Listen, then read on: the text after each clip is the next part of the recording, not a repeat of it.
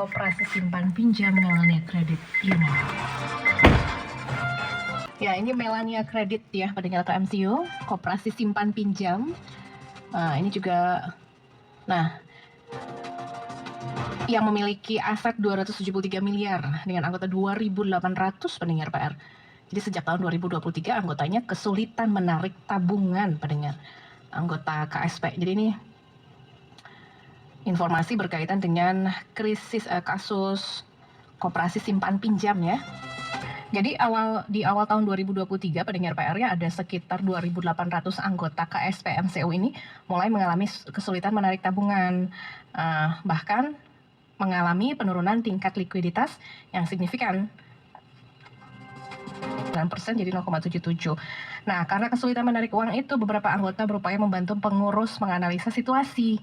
Saat anggota meminta salinan laporan keuangan dan statistik bulanan, manajemen koperasi menutup diri. Jadi tidak memberikan apa yang diminta, ya pendengar PR. Ada fakta-fakta yang mengejutkan diantaranya. Ternyata ada apa ini? Panjang ya, fakta-faktanya banyak sekali pendengar.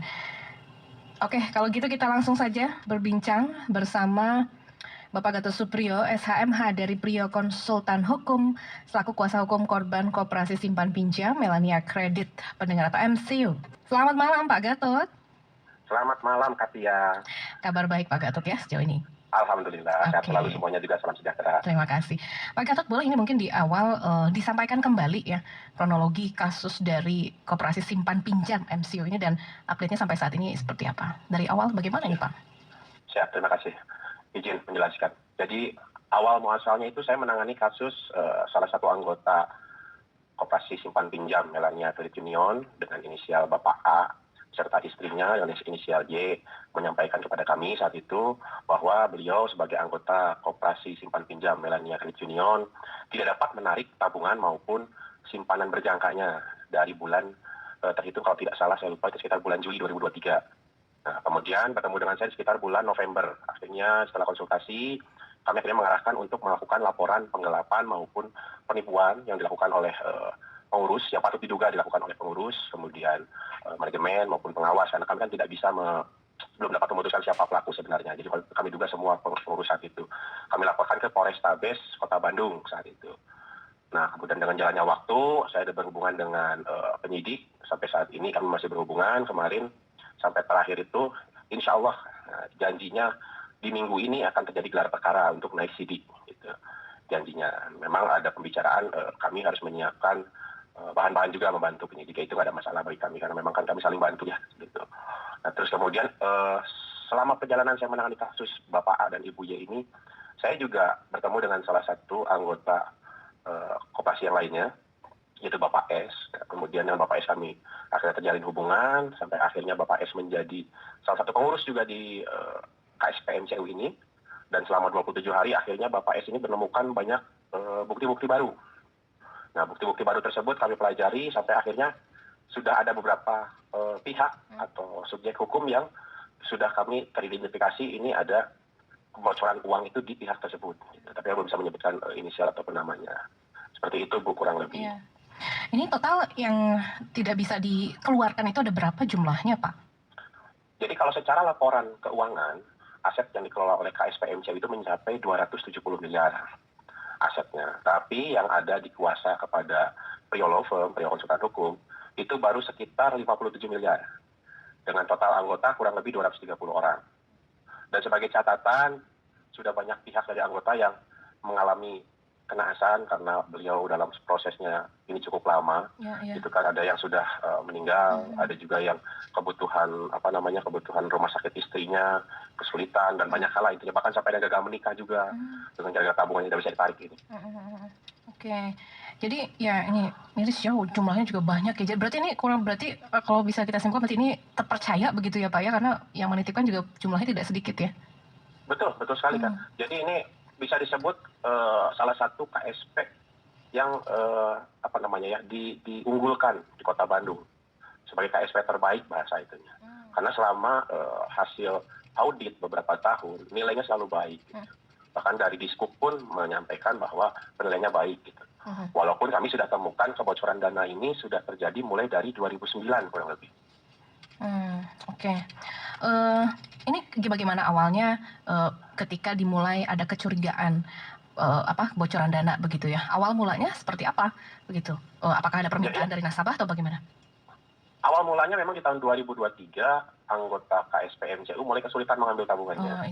Itu awalnya 2023 di 2023. Nah itu akhirnya dibuat laporan di tahun 2024, kemudian bertemu dengan saudara S yang kebetulan sempat menjabat sebagai pengurus walaupun 27 hari tersebut bersama dengan tim yang saat ini disebut komite krisis. Di situ akhirnya ditemukan banyak alat bukti. Jadi sebetulnya kebocoran sudah lama. Jadi selama 2009 sampai 2023 seolah-olah koperasi ini dalam keadaan baik dan sehat. Gitu. Oke. Nah sampai saat ini tadi kan sudah ada ya dugaan beberapa subjek begitu ya yang diduga ada kebocoran uang di pihak tersebut. Ini sudah ada dugaan atau mungkin ini uangnya bocornya digunakan untuk apa misalkan gitu Pak? Sudah ada titik terang? Saat ini kami masih sangat menelusuri gitu kan, dan itu juga memang ada beberapa petunjuk dari rekaman rekening bank itu ada dimainkan di bidang bursa saham juga saya lihat. Kemudian juga memang banyak penarikan dana dalam bentuk cash yang akhirnya tidak mudah untuk kita lacak gitu. Dan itu memang memerlukan izin khusus seperti itu kurang lebih. Ya. Kalau di awal begitu mungkin boleh sekedar pengetahuan boleh disampaikan di awal perjanjian nasabah begitu ya dengan ketika menitipkan uangnya di KSP ini mengetahui bahwa uang ini nantinya akan dipergunakan untuk A, B, C, D misalkan seperti itu gambarannya meskipun tidak mungkin ya. Nah ini seperti apa sih perjanjian di awalnya Pak? Jadi kalau perjanjian awalnya kan ini menyerupai karena kan sebenarnya koperasi gitu, murni koperasi gitu. Jadi seperti anggota masyarakat, kemudian notabene ini memang di awal itu KSP-MCU ini kan di keagamaan gitu kan, di gereja gitu kan. Nah akhirnya berkembanglah di sana dengan kepercayaan dari gereja, kemudian anggota-anggota gereja ini menabung di sana. Nah itu jadi sistemnya menabung seperti bank kurang lebih seperti itu. Nah kemudian si KSP-MCU ini sebagai badan pengelola keuangan tersebut, dia menyalurkan kepada anggota-anggota yang membutuhkan bantuan dana dengan cara sistem simpan dan meminjam gitu. Ada yang menyimpan, ada yang meminjam. Kurang lebih seperti itu. Sekarang kan sudah ke Polrestabes Bandung. Ada respon atau kabar terbaru dari pihak kepolisian, Pak, sejauh ini? Nah, itu tadi sudah saya sampaikan kemarin pembicaraan saya dengan penyidik dan Pak Kaditnya itu disampaikan bahwa minggu ini rencananya akan diadakan gelar perkara. Semoga itu terrealisasi karena memang jujur saja saya tidak ini maksudnya polisi memang sangat sibuk gitu kan dengan banyaknya kasus saat ini dan juga banyaknya perhatian khusus gitu kan dari beberapa pihak. Jadi sangat wajar polisi saat ini sangat berhati-hati untuk menetapkan tersangka seperti itu, Bu. Ya, apakah ada ya ini semakin penasaran saya jadinya ya pertanyaannya begitu Pak Gatot, mohon maaf. Siap, beberapa yang diduga atau mungkin terduga itu diduga lah ya, bukan terduga diduga ini masih ada di Bandung begitu kan, tidak berada di luar daerah jangkauan yang jauh seperti apa Pak? Kalau saya kira itu patut diduga masih di Bandung karena beberapa orang itu masih menjabat di KSP-MCU. Bahkan memang kalau saya lihat awalnya ini dari malpraktek dari kewenangan dan surat kuasa yang surat keputusan kuasa atas kapasitas seorang manajer yang memiliki kapasitas berlebih dalam kewenangannya, kurang lebih seperti itu. Jadi sehingga saat seorang manajer ini dia mempunyai kuasa atas pemberian pinjaman, kemudian keuangan uang masuk dan keluar pun beliau juga. Sementara fungsi dari pengurus dan sebagai pengawas itu justru kurang maksimal di sana. Begitu. Sudah ada informasi Pak nanti di gelar perkara pekan ini ya, begitu ya, semoga terrealisasi yang akan dihadirkan siapa saja ini? Sudah ada informasi belum sejauh ini Pak? Sejauh ini kemarin disampaikan itu pimpinan-pimpinan dari Polrestabes yang akan hadir, kemudian dari penyidik dan juga dari saksi ahli di bidang pidana. Oke. Baik, nah ini ya pendengar PR, tentu harapannya sama semua bisa tuntas begitu ya, dan rencananya nih Pak, rencana dari pihak korban sendiri begitu dalam hal ini yang dirugikan apa ke depannya nih setelah tindak lanjut dari pihak kepolisian begitu Pak? Ya, yang pasti kalau seluruh anggota yang sudah memberi kuasa kepada beliau konsultan hukum, rencananya tetap kita akan mengawasi dan istilahnya mengikuti jalannya kasus ini sampai selesai. Dan kami berharap mudah-mudahan kasus ini juga menjadi perhatian publik. Karena patut diduga banyak koperasi-koperasi simpan pinjam, patut diduga ya Bu ya, gitu, yang menjalankan koperasi simpan pinjam ini harus diaudit dengan baik. Karena temuan ini dari 2009 sampai 2023 baru ditemukan kejanggalan di 2023. Ini berarti kan ada kebocoran atau ada audit yang kurang baik di koperasi. Harusnya kan kejanggalan ini sudah ditemukan di tahun 2009. Gitu. Kok baru ketemu 2023? Gitu. Berarti ada apakah audit dilaksanakan dengan baik, gitu kan? Dan perlu pengawasan khusus ini dari Kementerian Koperasi khususnya. Gitu. Iya, audit ya yang tidak sembarang audit begitu. Ketika hasil auditnya Betul. keluar hasilnya baik, tapi ternyata faktanya demikian. Nah ini juga ya tim auditnya juga berarti. Betul. Jadi audit tersertifikasi pun ya tetap harus diaudit kembali, sepertinya kurang lebih seperti itu. Begitu ya, tidak menjamin berarti ya sertifikasi.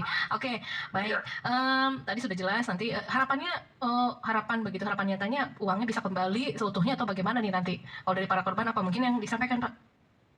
Ya, kalau harapan semua yang telah memberi kuasa uangnya kembali sepenuhnya 100%. Tapi itu kan mungkin satu harapan ya. Jadi kita tetap berusaha harapan itu menjadi kenyataan. Tapi minimal kami dan tim berharap seberapa besar pun yang kami terima, intinya kami dapat mengurangi beban dan dapat mengembalikan tabungan dari para anggota Koperasi Simpan Pinjam MCU ini. Oke. Nah, sejauh ini kalau yang disampaikan oleh dari tim kuasa hukum Pak Gatot nih, bagaimana ke pihak korban semuanya? Kami biasa mengadakan seperti Zoom live, gitu. Jadi untuk memberikan informasi sekaligus menyampaikan perkembangan. Mengapa seperti itu? Karena ya patut diketahui para korban ini semuanya mengharapkan tabungannya kembali. Bagaimanapun juga, seberapapun nilai besar tabungan itu adalah uang terbesar yang mereka miliki. Itu saat ini. Gitu. Dan itu memang menjadi satu penyambung hidup bagi mereka, gitu kan. Walaupun memang ada beberapa juga yang memang secara kehidupan masih ada juga dengan yang lain, gitu kan. Tapi dalam artian kita menganggap tabungan ini adalah penting bagi mereka, gitu. Dan kita khususnya saya memohon gitu kan kepada pihak yang berwajib juga memberikan atensi khusus, memberikan perhatian khusus kepada para korban KSP MCU ini. Ya. Jadi cerminan juga ya, karena jumlahnya di Bandung banyak sekali ya KSP ini ya, Pak. Betul. Baik, oke, kalau begitu terima kasih nih. Kami nanti kita ikuti terus perkembangannya karena menunggu pekan ini ya, info terbaru ya, setelah gelar perkara begitu ya Pak Gatot ya. Ya, semoga betul dapat dilaksanakan dan mudah-mudahan juga pihak Polrestabes dengan mendengarkan berita ini juga termotivasi ya Bu ya, termotivasi untuk merealisasi gelar perkara tersebut. Oke, baik. Sebagai penutup ada yang perlu diingatkan atau disampaikan kembali untuk pendengar khususnya malam ini, silakan Pak Gatot. Ya, khususnya untuk rekan-rekan yang saat ini tergabung di Koperasi Simpan Pinjam, baik itu MCU maupun yang lain, tolong dicek tabungannya, coba apakah dapat mengambil uang. Kalau misalnya tidak dapat mengambil uang, silahkan berkoordinasi apakah kendalanya. Saya khawatirnya bukan hanya KSP MCU yang ada di Kota Bandung ini saja. Saya khawatirnya KSP lain yang ada di Kota Bandung pun sudah memiliki kebocoran dana juga. Gitu kan. Karena memang maaf, ini kalau saya boleh informasikan, bentuk permainannya ini lebih ke seperti penggelembungan aset. Itu seolah-olah koperasi ini mengelola aset besar sehingga dana operasional yang harus dikeluarkan pun besar, gaji-gaji seorang pengurusnya juga seolah-olah wajib digaji besar karena mengurus aset besar, tapi pada faktanya itu hanya penggelembungan dana gitu. Oke, baik. Pak Gatot, terima kasih untuk informasi yang disampaikan malam hari ini. Tentu harapannya sama, semoga bisa sesuai dengan apa yang dituju semuanya ya. Terima kasih. Selamat malam Pak Gatot. Selamat malam Katia, terima kasih banyak. Mungkin sejauh ini atau selama ini yang sering berhubungan dengan KSP begitu ya, dalam tanda kutip ya, berhubungan Koperasi Simpan Pinjam. Nah, ini dapat warning juga dari Pak Gatot dengan adanya kasus ini. Pendengar, hati-hati ada kebocoran dana begitu ya, ketika mulai tabungannya susah untuk ditarik. Nah, nih pendengar PR. Ya, memang selalu tergiur mungkin ya dengan program-program dan lain sebagainya, tapi ini harus hati-hati. Yang lebih digarisbawahi tadi adalah ketika proses audit yang dilakukan. Ini proses audit tidak jangan sembarang audit begitu. Audit yang tersertifikasi pun harus diwaspadai ini benar atau tidaknya. Karena kalau tadi dibeberkan ternyata hasil audit kapan ya tadi disampaikan?